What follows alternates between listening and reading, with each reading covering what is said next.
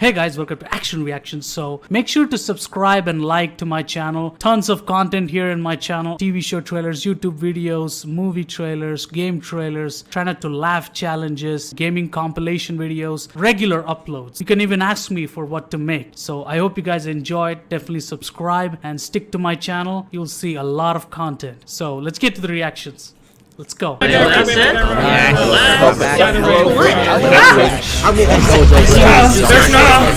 Satoru Gojo, Jujutsu Kaisen Sorcerer Sensei. Makima, Chainsaw Man's head of Tokyo Public Safety. These two paranormal mentors are so strong that they change the very worlds they exist in. He's whiz and I'm boomstick. And it's our job to analyze their weapons, armor, and skills to find out who would win a death battle. Japan, December 7th, 1989. Satoru Gojo was born, and the world changed. And in the world of Jujutsu Kaisen, invisible, cursed spirits born from negativity threaten humanity. So it's up to the Jujutsu sorcerers to do battle with them. And what better way to learn the trade than to sign up for Tokyo Jujutsu High? At this institution, a sorcerer will learn to harness their cursed energy, or the spiritual manifestation of intense emotion. It's like Ki, but if Ki desperately needed therapy. With it, sorcerers can boost their physicality and perform devastating curse techniques. Anything from voodoo dolls to swapping places with mere claps. And lucky for humanity, Satoru Gojo is the best sensei a sorcerer could ask for. Gojo isn't just the best, he's known as the strongest. His very birth forced the strength of curses to exponentially rise. Like witnessing a world record get broken, cursed society shifted to match the might of Gojo's presence. As a kid, Gojo knew he was the chef. He mastered the art of the ridge, the hoops, and the curse murdering, all alongside Suguru Geto, his sorcerer BFF. Together, they planned on changing Jujutsu society for the better. And if anyone could do it, Gojo could. Thanks to his bloodline, he got one of the most busted anime powers ever, Limitless. Limitless grants Gojo a nigh-perfect defense by actualizing the very concept of infinity. It creates an infinite space around himself, stopping anything coming his way. The dude is literally untouchable. Kinda. Gojo tailored Limitless to automatically detect an object's mass and velocity. As the difference between himself and an object decreases, Limitless halves the object's velocity. It's like Zeno's paradox. Think of it this way. If you're trying to get from point A to point B, first you gotta go halfway, then you gotta go another halfway, another and another, and so on. With Limitless, you'll never arrive, just like my alimony payments. That's a cool way to explain it. Yeah, it might sound complicated, but it basically creates a spatial force field around Gojo at all times. Techniques on this level would burn out other sorcerers in seconds. That's where Gojo's incredible 6 eyes come in. They let him see and near perfectly control cursed energy at the atomic level, so he'll basically never run out of juice in a fight. He isn't just built different, he was born different. 6 eyes and Limitless gave Gojo the power to manipulate space itself. Gojo's Lapse Blue technique attracts and condenses space into single layers. With Reversal Red, Gojo does the opposite, repelling space. Think push and pull. But you may be asking, how does one accomplish this with cursed energy? With math! Exactly! Cursed energy is typically negative, like with blue, but when multiplied by itself, negative cursed energy becomes positive, creating red. Oh, strawberry and blueberry. So, what happens when you combine a positive and a negative? Grape? Zero! And by combining Reversal Red and Lapse Blue, Gojo creates Hollow Purple, an enormous ball of curse energy that literally applies the concept of zero to an opponent, crushing and repelling them into nothing. Gojo's a walking curse Swiss Army knife, levitation, teleportation, even expanding Limitless to fry his enemies. Gojo can also use positive energy to heal humongous wounds, and he's constantly refreshing his brain with it 24/7 to keep up with all of this. Still, there's one technique that costs more cursed energy than anything else in the sorcerer's repertoire. Every sorcerer is born with an innate domain, a mental world shaped by their mind and heart. Add cursed energy to it, and these domains can be manifested physically. A technique called domain expansion. Every sorcerer worth their salt needs one, and you know damn well Gojo has the scariest, unlimited void. You get caught in this, your ass is grass. Exposure to unlimited void overloads your consciousness with a stream of infinite information. A mere fifth of a second of exposure can leave a normal person in a vegetated state for months. Too bad it requires so much energy you can only do it like once a day. Oh wait, except for Gojo, who has done it multiple times in a row. Thanks again, Six Eyes. Quite frankly, Gojo was getting so strong that the axis of the Jujutsu world began to turn on him. Like the meta of a fighting game defined by one broken character, he defined the hierarchy of power in the sorcerer world. He alone was the honored one. His mere presence can cause earthquakes. He outran sonic explosions and applied cursed energy within a microsecond. Gojo has been repeatedly stated by many to be the strongest sorcerer there is. That includes his ex-student Hikari, who can dodge lightning, or this little volcano-headed cursed Jogo, the embodiment of humanity's fear of fire, who can bring down city-shattering meteors, and Gojo kicked his ass with zero effort. But strength alone was not enough to fix his cursed world. When Geto rejected Jujutsu Society to forge his own justice, Gojo's philosophy changed. Instead of doing everything himself, he would teach a new generation of sorcerers to carry the torch when he could not. It's all about setting an example. If it means a world where his companions can stand shoulder to shoulder as equals, who cares if he's got to show off a bit? What a beautiful day. The sun is shining. The birds are singing. And a giant AK-47 carpet bombs the neighborhood. The sky rains blood. Millions are dead. Dear God, when is the end time? Run away! Calm down. There's no reason to panic. It's just that in the world of Chainsaw Man, devils exist. Your fear makes them stronger.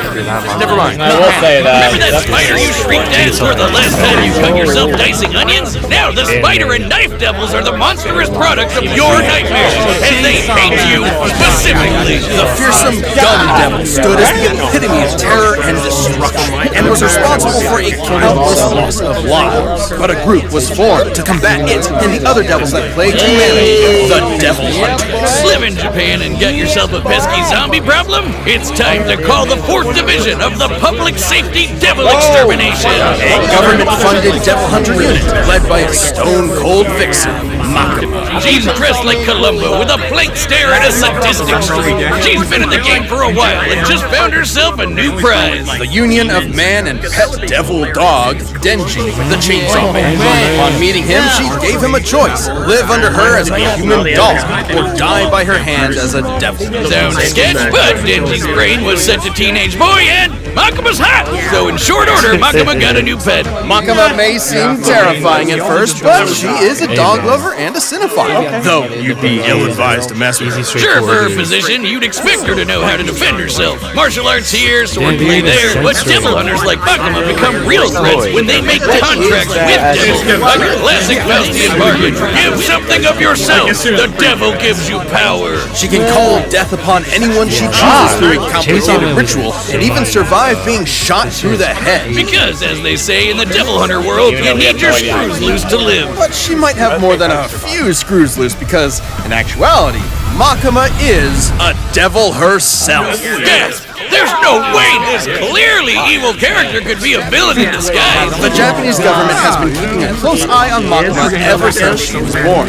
Rightfully so. She isn't some F-tier scrub like the Bat or Leech Devils. She's the Control Devil, embodying humanity's collective fear of the oppressed. In a way, she's even more terrifying than the Gun Devil. Makima can exert absolute mental control over any creature she views as inferior to her, which is basically everyone. People, animals, even other devils become puppets under her command. She can even hijack their senses to listen and see whatever she wants. As a devil, Makima's far stronger, faster, and more durable than the average person. Plus, her metabolism lets her slam down as many beers as she wants to. So, Makima, you're in the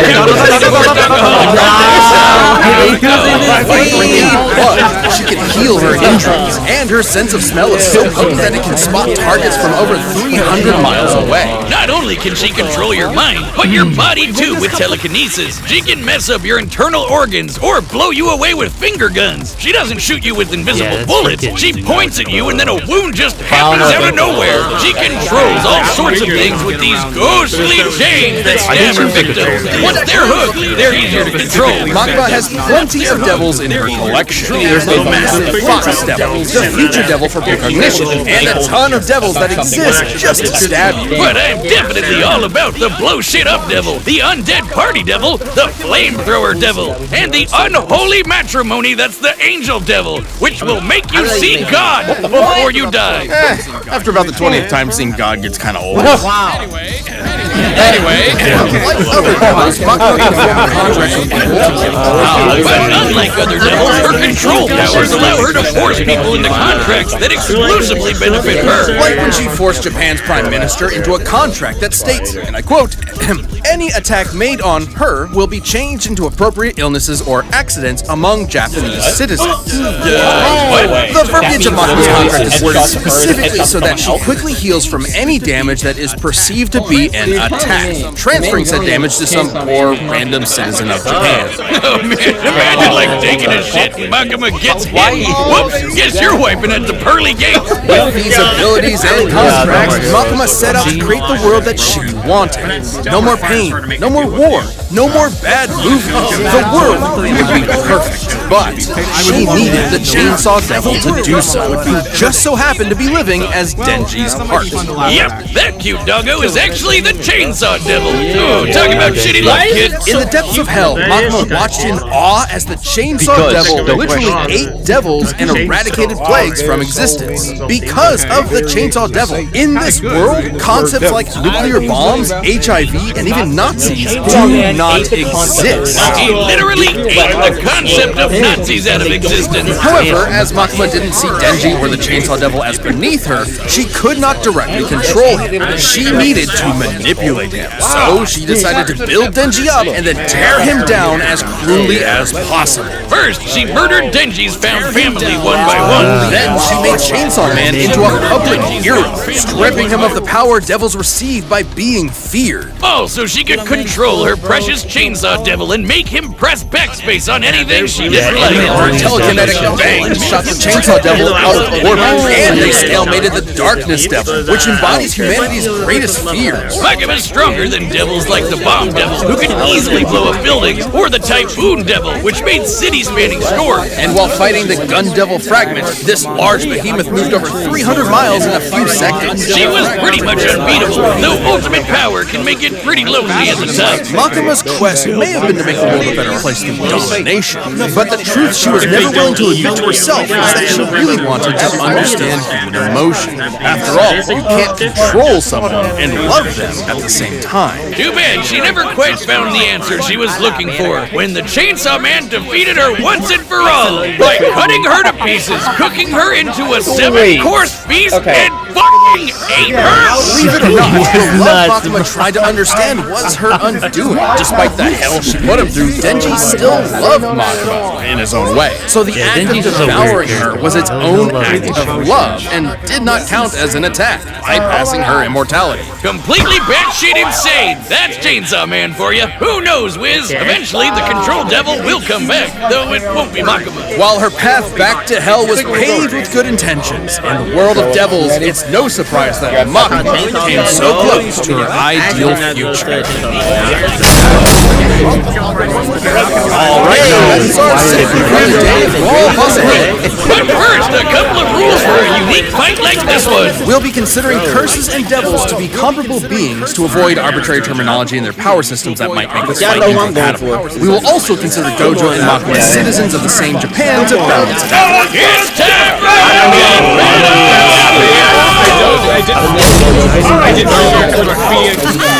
I didn't know that. Let's get Does that change anything?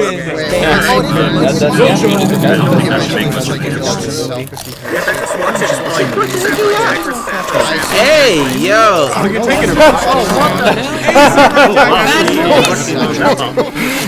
Love this part. Could have been some flicks right about now.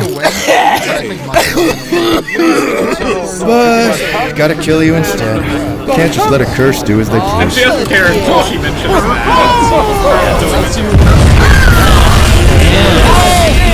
No talking to me. Already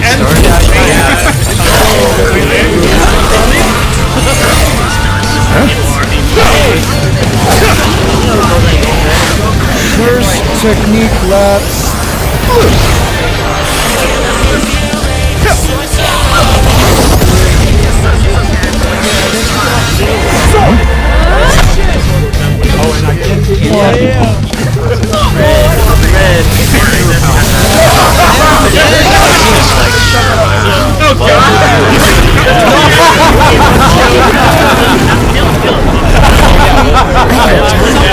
That much won't matter to you soon. Don't worry. I'm Satoru Gojo, the strongest. Confident, strong, and idiotic. We'll be sure to write it on your tombstone. No! Yeah, bunch of swords! Bunch of... Calm.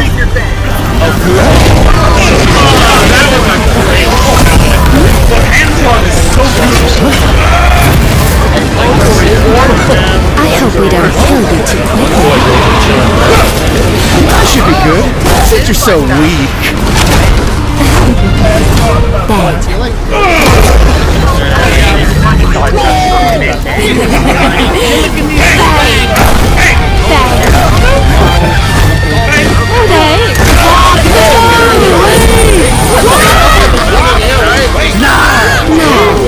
Be a good boy and play dead.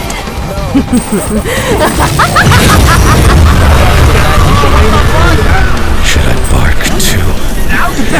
I'm really tired of your pets.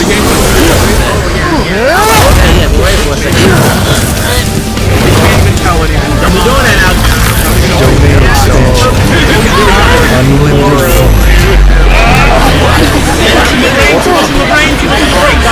Throughout heaven and earth, I alone am the honorable.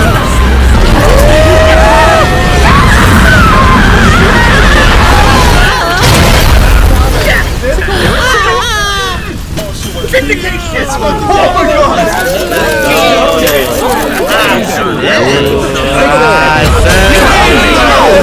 that places up, just get tickets or soon. Gojo and Makima were complicated to compare. On the surface level, Gojo had a lot going for him. It's no surprise, given that his reputation in Jujutsu Kaisen is that of its pinnacle. At least it was. First of all, it's unlikely Makima would see Gojo as inferior to her, in a similar way to how she saw Denji. So she wouldn't be able to immediately control Gojo. Gojo's birth caused a giant shift in the world of curses. Plenty of people have recognized that after only seeing him once. Being better than everyone is literally Gojo's thing. Plus, Gojo automatically refreshes his brain with positive cursed energy 24/7. Even if Makima could control him, it wouldn't last very long. Gojo was obviously stronger too. The best feat we can compare Makima to is the Typhoon Devil Storm. But that's nothing compared to the meteor created by Jogo, who is leagues below Gojo in strength. However, considering she reacted to the Gundam fragment, Makima would actually be a bit faster, though she would need to be able to get past Limitless for her speed to matter. Makima had more devils than you can shake a fin at, but most were rendered moot against Limitless. Knives, fire, bombs, zombies, it's all stuff Gojo's dealt with before, and with zero issues. And Gojo could easily wipe out her demonic crowd with red and blue whenever he wanted to. The future devil could clue her in on anything nasty coming her way, but that wouldn't last forever. Plus, with Gojo's 6 eyes and teleportation, she had zero opportunities to break away and set up her instant kill moves. But Gojo would obviously lose if he couldn't permanently kill Makima. Six Eyes couldn't inform him of Makima's contract with the Prime Minister, and eventually one of Gojo's attacks could cause his death instead, even if it took a while. And Makima did have a way past Limitless with her finger guns. Makima could land attacks directly on Gojo's body, meaning there's no projectile for Limitless limitless to detect and infinitely slow down. Though when they did land, Gojo's healing ensured that he repaired his body quickly. On the flip side, Makima didn't have a counter to Gojo's domain expansion. Unlimited Void overloads its target with unlimited information. It's not really an attack. You could call it an attack on the senses, but even if she could transfer it to other Japanese citizens, she still could not escape an infinite amount of information. We can compare this to the Doll Devil, who was defeated by a technique similar to Unlimited Void. Despite being able to transfer her mind across a large number of posts, the Doll Devil was still trying to transfer infinite information across finite people. Even with all of Japan as mental meat shields, Makima would still be overwhelmed. Wait, doesn't that mean Gojo just unintentionally killed basically everyone in Japan? Don't think about it. Regardless, Gojo is immune to his own unlimited void, so he was still unaffected. Good for him. The moment Unlimited Void landed, Makima would be stuck, opening her up for a good old hollow purple. Her contract isn't perfect. Makima only ever regenerated as long as there was some mass to come back from. But hollow purple disintegrates anything it touches to zero. Literally. There's no way she was regenerating from that. Sure, control as a concept will always exist, but a reincarnation of the Control Devil isn't Makima. This was one of the craziest fights we've ever had. However, with Gojo's raw power, broken counters, and unbelievably busted Limitless, Makima lost control of this fight. Makima thought she had Gojo by the ball and chain, but in the end, she was left hollow. The winner is Satoru Gojo. Thanks for watching. We've got a ballot going on right now where members get to choose a matchup for the next season. So click that join button and jump into our Champions Discord.